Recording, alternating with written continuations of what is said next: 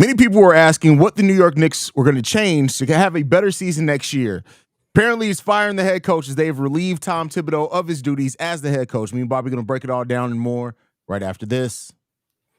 Welcome to the number one place for your daily basketball news and analysis, NBA Central.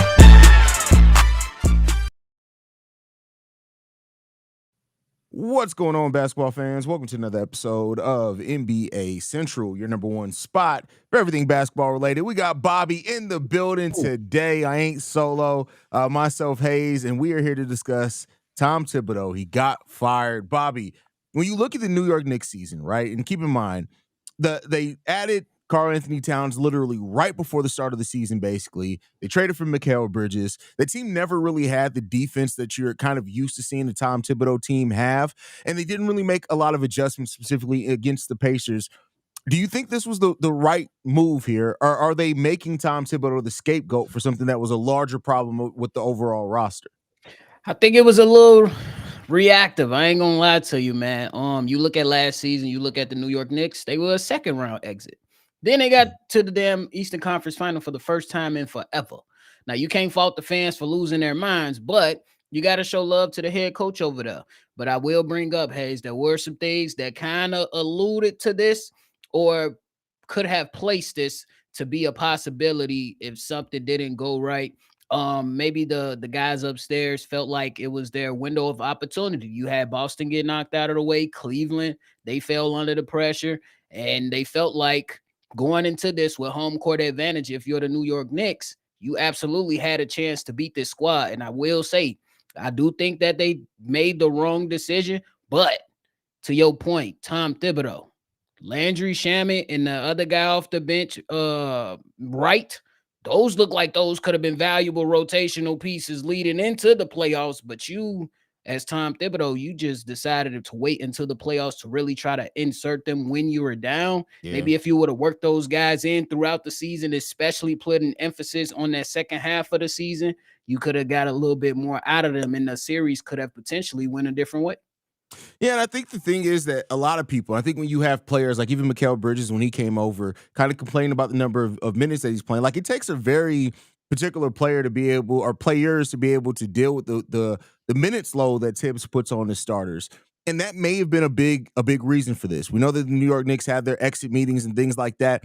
I wouldn't be surprised if a lot of the players talked about, like, even Jalen Brunson during the season, not to complain about his minutes, but he had said something along the lines of, like, that he feels that they have really good players off the bench that just don't get enough time. And maybe there's that. Maybe they looked at this and said, there are some problems with the roster, but we really can't evaluate that because we basically use 7 guys where we could legitimately go 8 or 9 deep, especially in the playoffs. And so maybe they're going to want to bring in somebody who can do that and bring that to this team.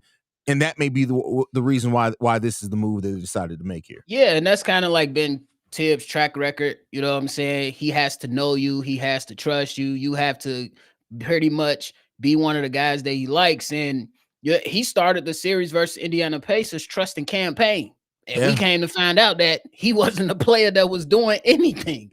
And to your point, man, those other guys that was coming in and filling in, it felt like they could have provided this New York Knicks team a spark if they were utilized early on. But we know that Tom Thibodeau, he going to go out there. He has that track record of that. He's going to play his guys all throughout the season at crazy minutes.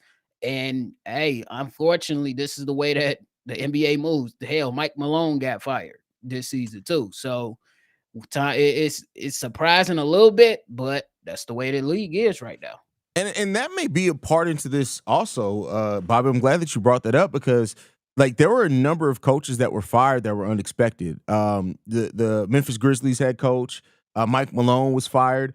And maybe the Knicks also look at this and say, this is a chance for us to add a coach that otherwise probably wouldn't be on the market, that may be better equipped to use the entirety of this roster. Mike Malone, I believe, if I'm not mistaken, he may be from New York. I could be wrong on that one, but he strikes me as somebody who, if you're looking to add a coach with championship experience to come in and immediately do some things, he makes a lot of sense for this New York Knicks team. I agree because there was some things, you know what I'm saying, to some conflicting things over there in Denver with what Mike Malone wanted to do, with how he wanted to play, and what was being said from upstairs. And I think that one of the things that we really had to look at is that Tom Thibodeau, he constantly allowed Jalen Brunson to get pressured 94 feet.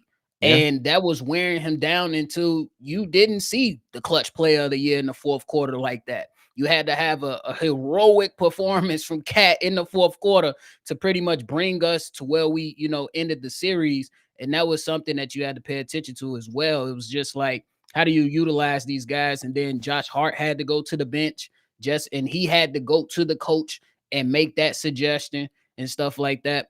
But I do think that if you go get Mike Malone, you could potentially take a step forward with this New York Knicks team, because we know Mike Malone gonna coach his tail off for sure. Yeah, Mike Malone's definitely going to coach his ass off, and he's going to be. He is also a coach that has had to kind of create an offensive system that was based off the strengths of an unconventional player in Jokic. And not to say that Karl-Anthony Towns is nothing like Jokic, to make no mistake about it, but him and Jalen Brunson are very unique in the sense of how they score offensively. With Jalen Brunson and his size, Karl-Anthony Towns and his shooting ability, and maybe he can come in there and motivate this team. We'll see what they do over the coming days, but they're going to have to gear up that coaching search really soon, because you already have the Phoenix Suns looking for a coach. You got a lot of number of teams looking for some coach, some that have already locked themselves in. But I do think Mike Malone probably is somebody, if I was the New York Knicks, he'd be on the top of my board right away. Oh yeah, you want a championship coach within this franchise. You seen your fans already lose their mind. You already know that your players felt like they absolutely had a chance. You don't go out there and you trade five first round picks for Mikal Bridges to not make the finals. Like, I get it, that you know what I'm saying. You can tip your cat at making it to the Eastern Conference Finals, but you ultimately play for that damn big ass trophy that's gold. Then at the end of the day, yeah, I say they got to go out there and start this head coaching search quick. I know it's going to be a lot of rumblings. We already had the reports pretty much saying that teams were frustrated with Karl-Anthony Towns' defense. And then you already know Kevin Durant is being thrown into the mix. And what better guy to help figure it all out than a championship coach like Mike Malone? Absolutely. Yeah, Mike Malone can coach up a hell of it. I mean, he has his shortcomings too. Sometimes rotation is his as well, but I think it's different with Mike Malone. They just didn't have depth. I think if they had, he's basically used just about any player that's worth playing. And so I think he is a good guy to come in here. And if they don't plan on making a large roster overhaul, to really evaluate what they have here and probably get the best out of it, I would say. Yeah, you know what I'm saying? If Mike Malone was there, you would have been seeing guys like Landry Shaman and Wright being utilized early in the season to gear up for playoff series like this. And again, you had your guys complaining like, man, why we play so many damn minutes and we still got to go out here and try to compete within when the playoffs come. So I think Mike Malone, he'll be a good option for them. It's going to be a matter of if he wants to go there, though. Yeah, that's true. And we don't know. This is complete speculation right now. We're just talking off the top of our head. We ain't had a chance to really process stuff. Let me ask you this. Does this move, do you think it makes it more or any less likely that they do make some significant changes to the roster? Do you think this changing the head coach may point towards trying to keep the roster as much of the same as possible, maybe some complementary signings? I think they'll probably do some more complimentary stuff. I think if you hit any significant moves, it might be a look at Karl-Anthony Towns, but I don't think Kevin Durant wants to look at the New York Knicks. Me personally, he's already, engaged with people on Twitter, and you look and you see him pretty much shooting it down. His mind can change. Maybe it's just all for fun and just watching from the outside looking in. But I don't expect significant moves to be made unless it's just the complimentary stuff, like you said, just adding some additional pieces. Maybe depending on whoever the coach is, maybe getting some guys in there that they like a lot to come in and support off the bench. But I don't see anything significant happen like with a Mikal Bridges. I know that's been thrown out there. And then with Karl-Anthony Towns, maybe, but I don't know if they want to give up on him so soon.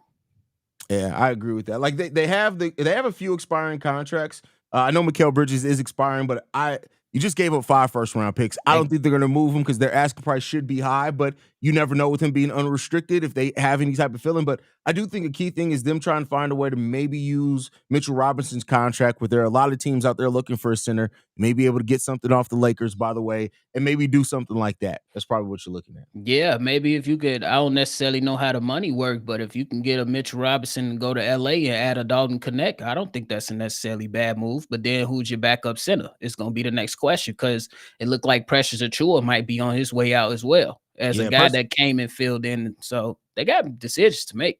That's a fact, because Precious Achiuwa, he's probably going to have a nice little market, especially being 26 years old, unless they move Mitchell Robinson in a ploy to keep Precious Achiuwa, who I really like defensively at times. Like, and that's the thing that's been really shocking about this. Like, what we know from Tibbs, from him being the coach of the Bulls, for example, Precious Achiuwa is somebody that I would have expected him to play a whole hell of a lot.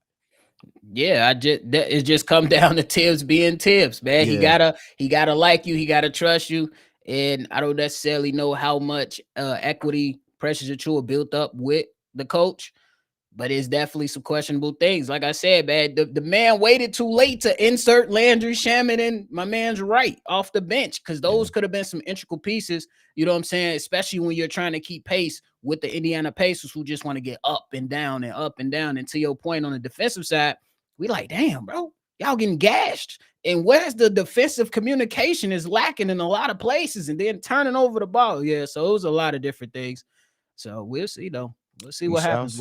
We shall see. New York Knicks, man, going to be now one of the interesting teams this offseason. We're about to see we've already seen with coaches enough. It makes it crazy. Then you got Kevin Durant, who's being actively shopped now. Like, it seems they've turned more aggressive at getting it. The Rockets are leaving the door open for either him or Giannis. This is about to be a crazy ass offseason, y'all. For real. It's definitely about to be crazy, because we about to see because this move, to me, like I said, it's a bit surprising, but it speaks to me as saying we have to have some urgency, because Boston, they're gonna be down a man next year, and they got money that they got to figure out. Cleveland, they might make a few changes, but they're still gonna have the same backcourt, still pretty much the same players that you feel like you can, you know what I'm saying, beat if you match up with them. And now it's just gonna be like, how much urgency do y'all have? Are y'all gonna be like, to hell with it? I know Kevin Durant 37, but he gonna take the pressure off Brunson if we get him in the playoffs. I know for a fact. So is they looking at it like that? So we'll see. It's definitely about to get interesting. Definitely about to be a fun all season, and make sure you guys stay in tune with us. I know some of y'all freeloaders, y'all in here commenting but not subscribed. Hit the damn subscribe button, because as y'all see, when news drops, we drop. It's very simple. This all season about to be crazy, so you might as well subscribe to the number one spot. We're gonna keep you up to date on everything going on around the NBA. Make sure y'all check out Bobby as well over on NFL Central, our sister show. He killing it over there. Him and Steve-O killing it over there. But yeah, that's our time. You can follow us at NBA Central Pod. Send us any feedback, questions, comments, concerns, NBA Central Show at gmail.com. And then lastly, if you want to leave a text message and our voicemail for the mailbag, 773-242. Oh, I'm thinking about Bears. See, I'm with you. I'm giving the Bears number. 773-270-2799. Number one spot for everything basketball related. We'll see y'all in the next one. Peace.